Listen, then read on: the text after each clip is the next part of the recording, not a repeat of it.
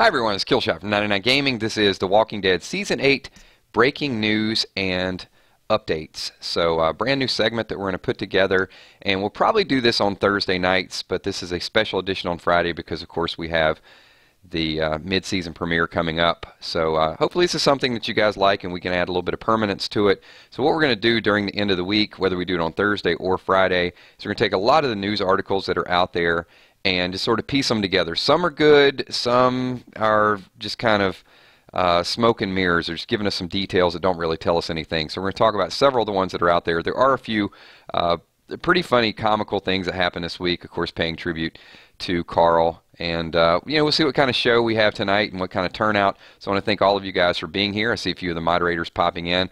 I know Friday is not the most convenient time for everybody, but you know what? You'll get a chance to watch the playback, and also you can watch it on Saturday morning. Scott, I see Scott has already super chatted early on, so we're going to get to his question in 1 minute. But I do want to thank the people that did the super chat in the last video that we did yesterday. So Scott, Stephen Miller, Petey, Wheatstraw, DDA Ohio, 1189 Paris. So thank you so much for your contribution and everything that you guys do for the channel. So Scott, we'll get to your question whenever you want to fire away. If you guys have a chance, the moderators, keep an eye on it in case I miss it. So what we're going to do is go through several of the articles that I talked about. One of the, and I will mention several publications. Digital Spy is one of the first articles that I saw, and I think it was an article that was published a little bit earlier today. And I had a chance to talk to Norman Reedus. And what's funny about some of these interviews is they're trying to do interviews and publicize as much as they can, but they're also not giving us anything. You got to read between the lines to find anything. So I'm going to read through a couple of the quotes from here and see if you can make heads or tails out of it. So Pete D, thank you so much. I know you missed the last two. Glad that you're here tonight. Hopefully everything's going well for you. So Pete D, I'm looking forward to your comments and your contribution verbally to the show tonight. I know we're getting a lot of contributions from you lately, but appreciate you being a part of what we do here.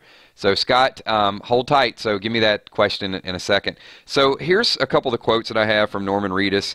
And I love these guys, but it's almost like stating the obvious. So here's Norman Reedus' quote. He says, "Some wrap up the way you think, some wrap up not the way you think. It's kind of a surprise where it all comes from."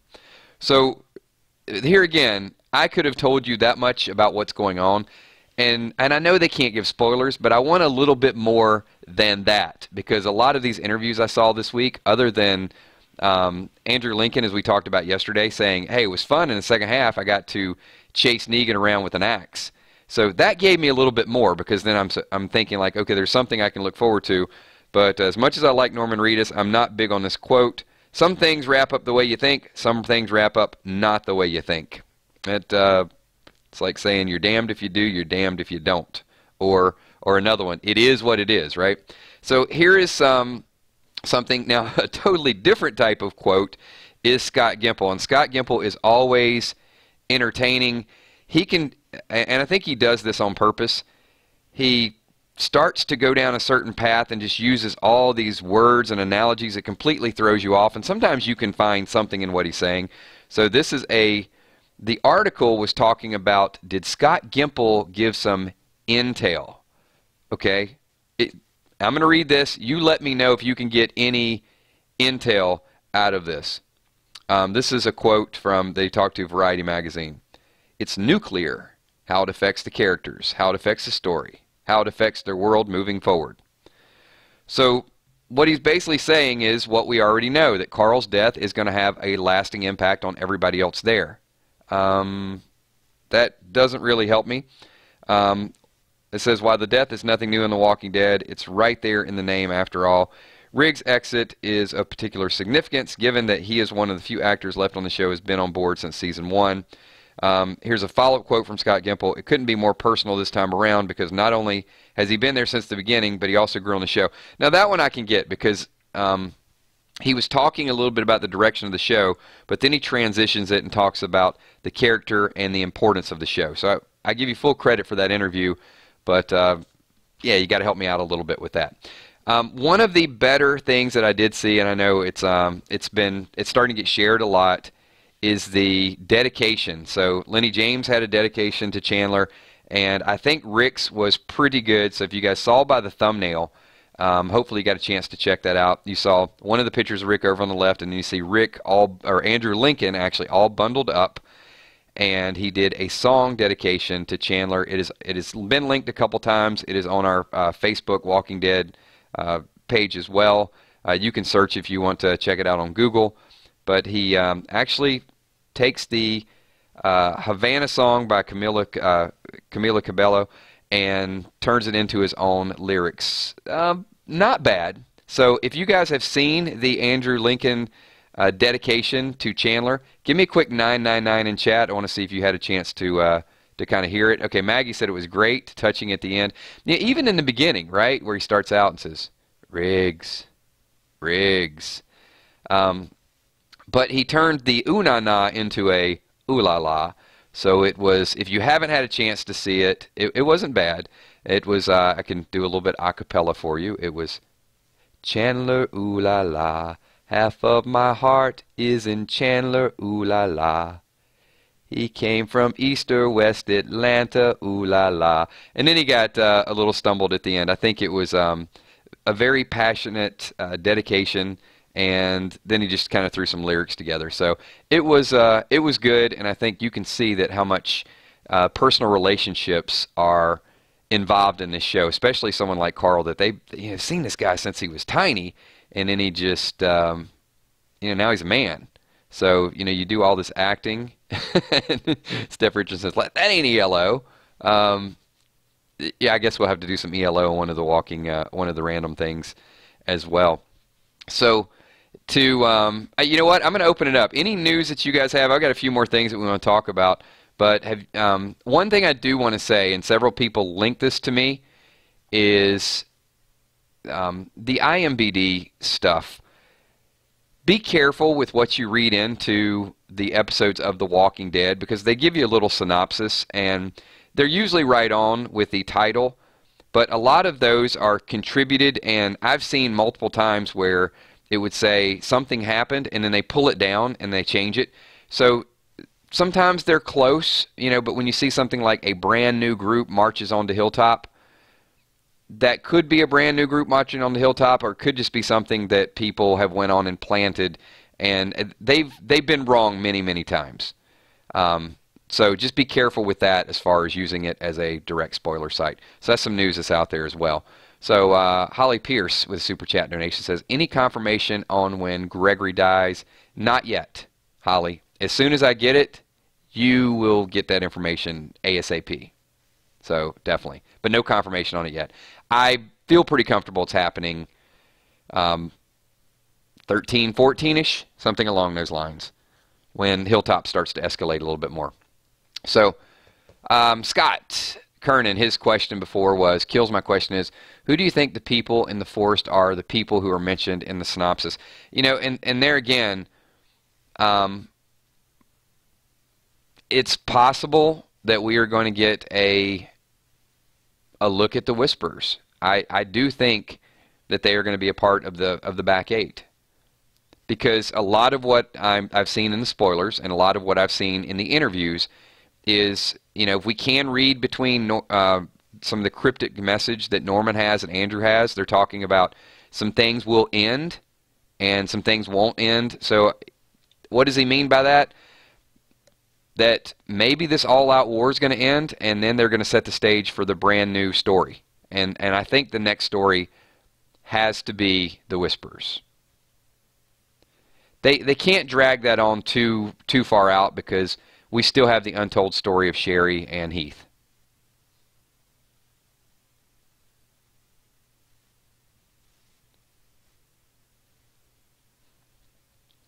The tough one to figure out is going to be Jadis, though. It's going to be if Jadis knows some people, if she needs a new group. I'm still trying to play all that out in my mind, what's going to happen with Jadis. But Jadis is not going to lead the Whisperers. I feel pretty comfortable they're already established, they're already out there.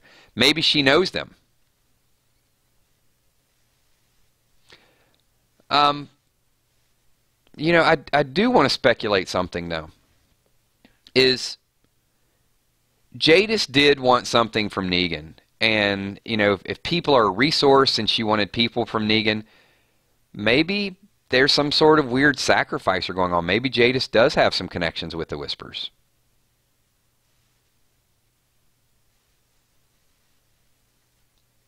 Lord of Starfall says, Jadis will join Alexandria and speak in full sentences. I think that would be less likely than her joining up with some rogue group that's out there.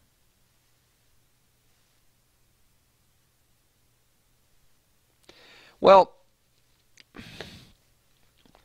let me kind of go back to this, because the group that Carol sees out there, we did hear the word, the lost and the plunderers. So I'll ask you guys once again, and that is news. Do you think that there is a group out there called the plunderers? Do you think that there is another thieving group or another... No, Jadis is not Alpha. I don't see that. I would see her knowing of another group and being connected in some way and doing her own thing.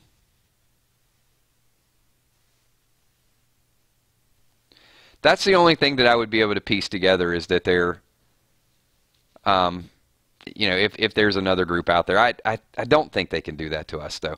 The Whispers would be easier for us to digest because we know that they're going to be out there. If you've got Oceanside and you had the Scavengers and you got Alexandria and you got Hilltop and you got the Saviors and the Kingdom, they can't introduce another group, can they?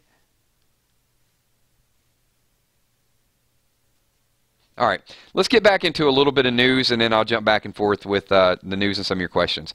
So, one of the articles, this was in New York Daily News. So I'm catching you up. If you don't know where a lot of these I'm not making these topics up if you joined a little bit late. So far we've had an article from Digital Spy. The Scott Gimple article that I just talked about is a combination between EW.com and Variety Magazine. So 3 pretty popular publications. So this is New York Daily News. And look, some of these articles are stretches because they need different things to talk about, and this topic was, how do Walking Dead cast members deal with the death of a person? And this is something that Lenny James was quoted saying. He said that they pretty much, and I'm going to paraphrase, they're smart enough to know the difference between the character and life, but they get so into the roles that they play that the best way is to hang out with them, shake it off, and have a drink. Sounds like pretty good advice. You're right, Stephanie. You hit the nail. Stephanie's like, they drink. You sound like you have some experience with that one. Of course, you are called the Cuervo Queen, so yes, I would say. So New York Daily News, not a big article there, as you can imagine, but that was kind of the quote of the day. And let's see, this is probably one of the ones I didn't understand as much. This is Hidden Remote, and the writer of this should have been named Captain Obvious, and the title of the article is The Walking Dead Heading for a Deviation from the Comics? I'm not joking about that. It was just written, so they've been deviating from the comics for a long time. We talked about this. There's a blueprint, but there's a lot of things that happen differently. Exactly. Maggie's like, well, duh. So, yeah, this was a real article. You can check it out if you'd like. I'm going to get to a couple more articles. We are doing this on a Friday night. We're about halfway through the Walking Dead Season 8 breaking news. We get 100 and something people here live, so I appreciate all of you guys taking time on your Friday night. If you guys could all do me a favor and just hit the like button, and when this video does go live, leave some of your breaking news, comment on some of the breaking news that we're talking about, some things that made sense, some things that you're still looking to piece together. I think once this episode gets under our belt, then the news is going to become a little bit more relevant. So before I get to the next topic of news, while we got a whole lot of people hitting the like button, hopefully we can get this up to 100 likes really quickly. Something happened this week, and I didn't really pause to think about it or talk about it, but it makes sense to me now. And there's so much in this episode in the way of honoring Karl, and they were very forthright about it. You know, they didn't try to hide it from anybody. everybody's talking about, hey, you know Karl's going to die. It's going to be very moving. It's going to be emotional. So everybody to a person has not tried to keep this secret. They're talking about it. But my point to this is, do any of you feel like the Lauren Cohan conversation about her contract is upstaging Karl a little bit? I mean, this is starting to bother me a little bit more. The timing of this leak, actually, you know what? It pisses me off. It doesn't just bother me a little bit. It's really pissing me off that we're talking about her contract when we should be talking and giving the attention to Chandler and to Karl. Am I wrong in that? I mean, could that news not have waited a week or so to break? Or is it a slight diversion to get people to not be pissed off about Karl as much? I don't think it's an intentional leak. I think it's just something that came out. But it bothers me that, you know, we were talking about Karl, and then all of a sudden midweek you start to see every article in the world like, Lauren could be leaving. Where is she going to go? She's going to Whiskey Cavalier. This could happen. This could happen. And that's all the talk. So, I don't know. If you haven't had a chance to really pause and think about that, to me it's completely disrespectful to Chandler. Whether you like Karl, whether you like his character, whether you like Chandler as an actor, whatever the case may be, there's no debating that he was a really strong part of the show. And it's just disrespectful to him. And that's why it is a distraction, and I don't think it was an intentional distraction. That's why I kind of prefaced it with that, is the producers want us to cry. They want us to give Karl that attention. They want us to follow. His life needs to have meaning for the future story. They don't want us talking about Maggie might be leaving. So, I don't know. Really, really bothered me. So, whoever leaked that initially, it should have been. It shouldn't have been a conversation.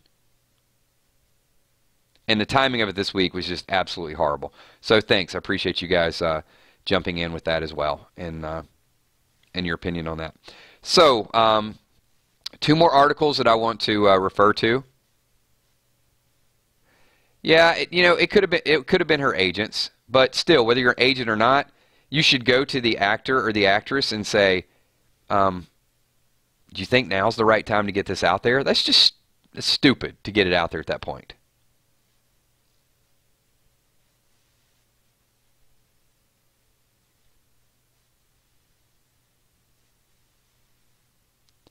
So, white-tailed killer, I haven't answered your question yet because I actually have an article that addresses that very topic. So I'll get to you in a second, okay? Because that's going to be the last periodic, or the periodical that we talk about.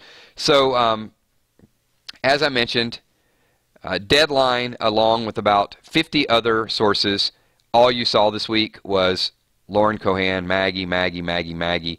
It really, on Monday I saw articles about Karl, and then it just completely evaporated in there. If we did, I wish there was a way I could look up like the percentage of articles about each person or Google searches, but I'm sure that Lauren upstaged Karl.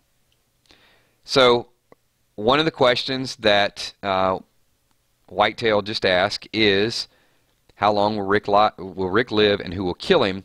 So this week in Hollywood Life, there was an article in an interview with Robert Kirkman, and Kirkman says Rick will die. And the point to that is, it's like, okay, well, you are confirming it, but he didn't say Rick will die in the comics, Rick will die in a TV show, I influence a TV show anymore, I don't influence a TV show. So I think it was sort of taken out of context a little bit. Rick could die in the comic, and he will. It doesn't mean that Rick will not be the one to beat this world. I mean, he could be the one to beat it.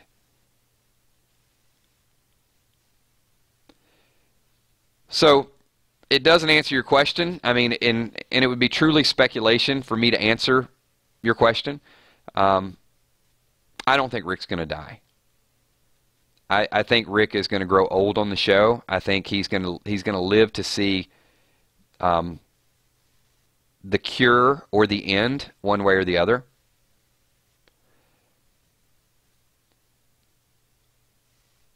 But here's the question, and because I know we have some news mixed in here, but I'd like to give you guys a little bit of a hypothetical. What is left for the group to live for? I know this is a deep philosophical question. They end the war. There could be future danger right around the corner. And at this point, I'm going to read some of your comments. If you guys are new to the chat, this is the way it works. All you're streaming along the side, people are not going to be able to see this, so when a video goes live, leave it. But if you do type it, I will call on you and I will ask you various questions. So here we go. Santino says the world. Okay, give me a little bit deeper conversation. What's a world without, there's got to be a purpose. Give me a purpose. Give me something a little bit deeper. Okay, still a little vague. So Sup says a new beginning. So define a new beginning to me. 1189 Paris says, I think they're trying to build a better society. Okay, now we're going down the path, building a better society, but I still think there's a little bit more to it. Chris Salisbury says, so society doesn't die out, so keeping the dream alive. So what we're doing is we're starting vague and we're adding a little bit more specificity to it. So we're building some blocks here.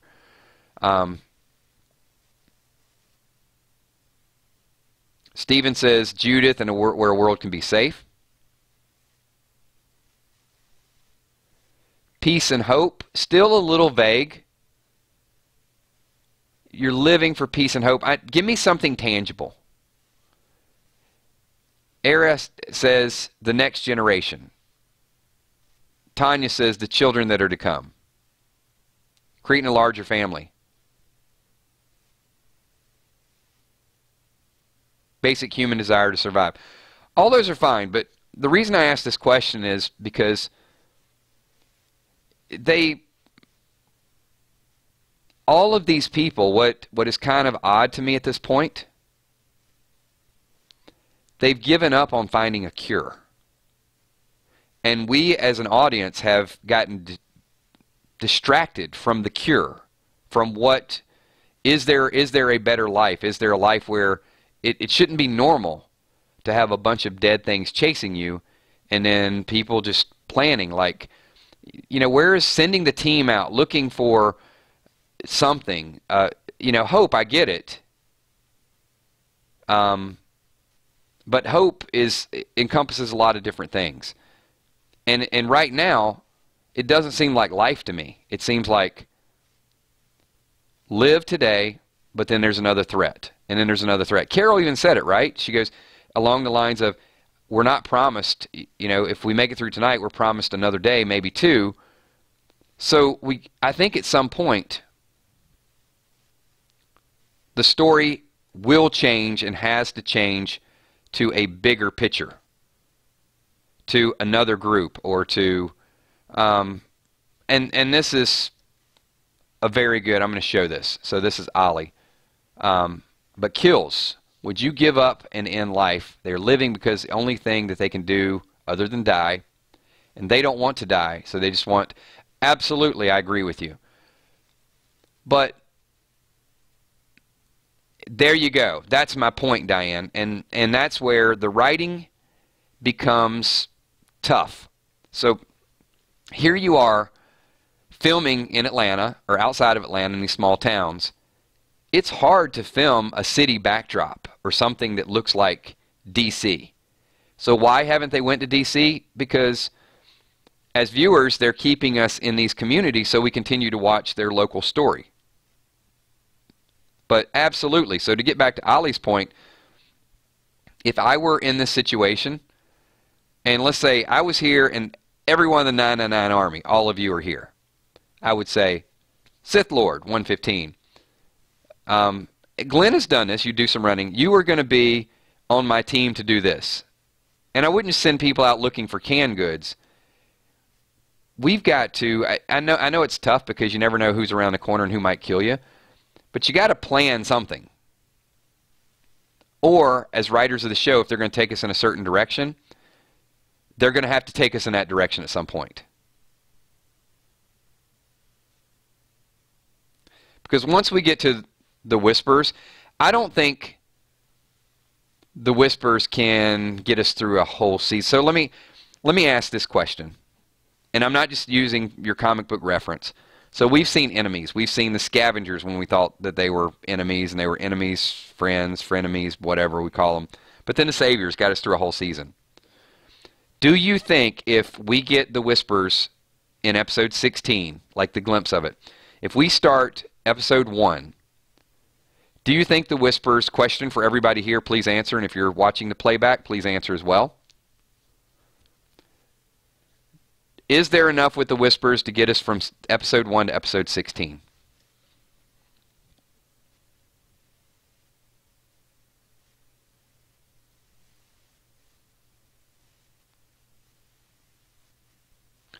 And I'm right there with you, Pete. Pete says, hope not, it's getting repetitive. A lot of people are saying, most people are saying no. There's a few people that might be comic fans and say, yes, you know, they were around for however long they were around in the comics. I don't think so. And Ollie, you're right. They could create new storylines. But some of the storylines are becoming the same storylines. And that's really the seed that I wanted to kind of plant with everybody. If this thing is going to last 4 more seasons, let's give it 9, 10, 11, 12. I know as fans we want it to be around forever, and we'll go down with the ship. But if we get 4 more seasons and the Whispers takes up, we've got to start getting to the TV show catches the comic really quickly.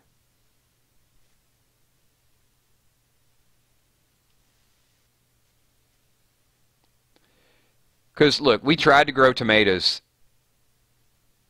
at the prison. We've tried to grow tomatoes in Alexandria. Alexandria's burned down. There's no... The solar panels are gone. That easy lifestyle, I don't think they're going to roll into another community. So here we go. One more question, and we'll start to wind this thing down. As we look at the future of The Walking Dead, and we've talked about breaking news, and I'll recap that in just 1 second. Do you think that they will ever find something even remotely similar to Alexandria again? Or are the next couple seasons of The Walking Dead going to be back to on the run, moving, prison break type of thing?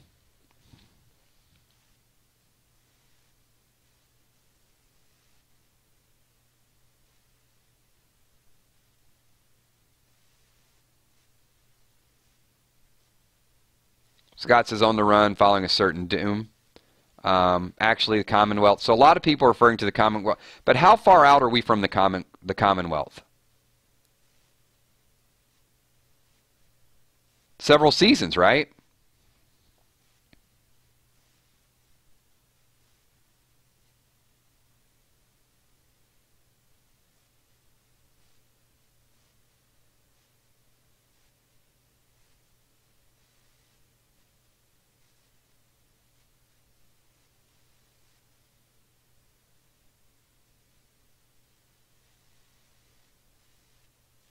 Okay. I'm just reading through a couple of comments, and I would not be surprised to see them do a little bit more filming around the coast. I think they've got that, and that could create some fun for us. We got a taste of it. So here's what I think is going to happen. And this is, you want me to look into the crystal ball and keep The Walking Dead sort of interesting? And I don't know. When Tara and Heath were going to Oceanside and they were crossing that bridge with all those sand-covered walkers, I swear I thought I saw one of them as a live person. And I watched that thing over and over again. I watched the episode. To me, it looked like a kid, not a walker. The way it was moving, it could have been a camera trick. And I did a video on that a while back, but it looked to me like one of them was a live person. And ironically enough, that's the same area where Heath went missing. So I do feel strongly that that area is the Whisper area. So what I could see happening, and where I think that they're going to sort of end it and start it back up, this is a little bit of my prediction, is I think Alexandria is going to be gone really soon. I don't think they're going to rebuild it. I think you'll see the Hilltop be the stationary base, but the Hilltop is going to get a little bit boring as far as what goes on around there. You could have the Kingdom, but I see the group really filming one season out by the ocean. I think that'd be cool. I think there's, you know, you can kind of give that wooded area again, which sort of was kind of neat in, what, season 2, season 3. That gives you a little bit of time, and then you could start to transition a little bit to a water base. I mean, we've seen some of that in Fear the Walking Dead, but I think there's some cool stuff that that this group could still do with it. Yep, and the Hilltop would be a bit crowded. And, you know, you just can't find electricity. I mean, you got to find something with solar panels. So as an audience, it's going to be very tough to please us, because we're looking between the lines. So, Considered Chaos has a question. Hey, 99 Gaming, if Karl really got bit, would he have died overnight because of the fever? There's a picture of him in the morning checking the bite. You know, and I think that's the thing, is it's where he was bit. It's going to spread. He lived a day. He knew he was on borrowed time, and I think he sort of, you know, maybe they drug it out a little bit just to pay a little homage to it. And I think as viewers, yes, we could definitely pick it apart. He's bit. He's going to die. Chaos. There's no doubt about it. But I think they expanded it a little bit just to give us a chance to appreciate him. Not everything in the writing is perfect. So, 1189 Paris, thank you for the super chat. And he says, how about they film in Canada in one season? I would love to see them relocate and go up north and go to Canada and pretend it's like New York or something, you know, and get some snowy weather. I would love to see that. A season of, like, instead of like the heat and everything, you know, in Atlanta, they're pretending it's DC.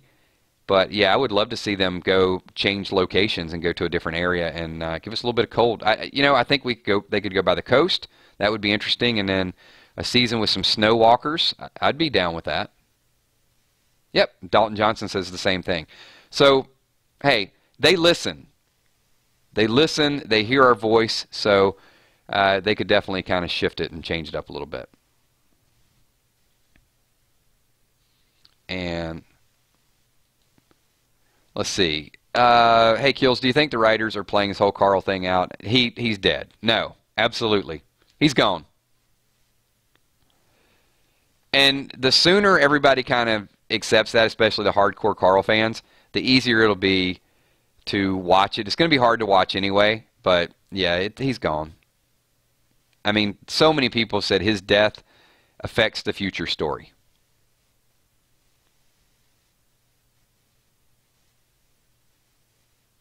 Underground bunker base as well. So it looks like we got some really good ideas out there for The Walking Dead. So I want to thank everybody for being here and taking your time out on a Friday night. Once again, I don't know if Tommy's here. If you guys could Lucille that like button, I would definitely appreciate it. Thanks for everything that you guys have done. We've done streams, what, Sunday, Monday, Tuesday, Wednesday, Thursday, Friday. We're doing them every day of the week. We will not be streaming tomorrow night. So don't tune in tomorrow night. But be here Sunday night. I think we do it about 8 o'clock. It's going to be our countdown stream. And then after Talking Dead, we're going to do a late broadcast as well. So that's going to be our therapy session. We're going to have a lot of fun with it. We do this every year for, well, actually twice a year, because we do it at the season premiere and also the mid-season premiere as well. But looking forward to seeing all of you guys. I'm so ready for the show to get this thing started. Also next week, Monday, Tuesday, Wednesday, Thursday, Friday as well. We're going to be streaming every single night for the next few weeks. If you guys have the time, thank you so much. We're probably one of the most active Walking Dead streams out there. A lot of people are doing videos, they're doing video clips. They do have some discussions, but you guys are by far the best forum, the best, most interactive group. Thank you so much. If you're watching the playback, this is the end of the video. If you're still here and you're here live, give me a quick 999 because I want to give you a shout out at the end of this video. Thank you so much, everybody, and all the people that did super chats. Thank you so much. And if I didn't answer your question, leave it in the comments once this video goes live. Scott Kernan, thank you so much. Stephen Miller, question marks all the way across the board. Thank you to you.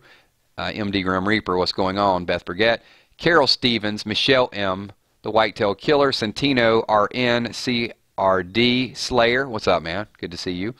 Sith Lord 115, Grumble Jones, Salem Blue, Holly Pierce, R Grimes 12, Gaming Squad, Emmy Desiree Bacon, Steph the Cuervo Queen, Kel says smile.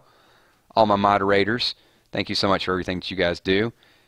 Dan Berendez, I Rock 6. I missed you last night, I Rock, so make sure I get you this time. Loco Colton, thank you so much. Tammy Sifford. Jenna Crockett, thank you so much. Appreciate you being here. Willani as well. Mama Bit, thank you for being here. The Hippos in the house. Army, ooh la la. Thanks for being part of the Army, ooh la la. Michelle Wolf, thank you for being here. Jake, what's going on? DDA Ohio. Tama, what's going on? Ollie, good to see you. Tanner, thank you for being here. Deborah Mooney, Jinx. Diane Estes. Tanya Dockstetter, thank you. Epic Vids 8. Titan 8, what's going on? Mogar the Champion, thank you. Thank you for being here. Thank you for being part of the channel. Rosemary Abbott, thank you. Hey, I ain't going to forget you, Jinx. I got you. Nathan Hartswick, thank you so much. Gaming Squad, appreciate it. Hey, thank you. Carol Stevens, pleasure. Sean Lowe, thank you. Yeah, also, as you can see Emmy's message there, join us on the Facebook page, Walking Dead 999 Army and 999 Sports. We have a lot of good interactive chat, conversation. Really big family here. Pat Sanzone, thank you. Dave Doherty. Slayer says, Rick is immune. We don't want to find out. Maggie Bonacorda, thank you so much. Joshua Congdon. Storm 3851, appreciate it. Shelton Arthur.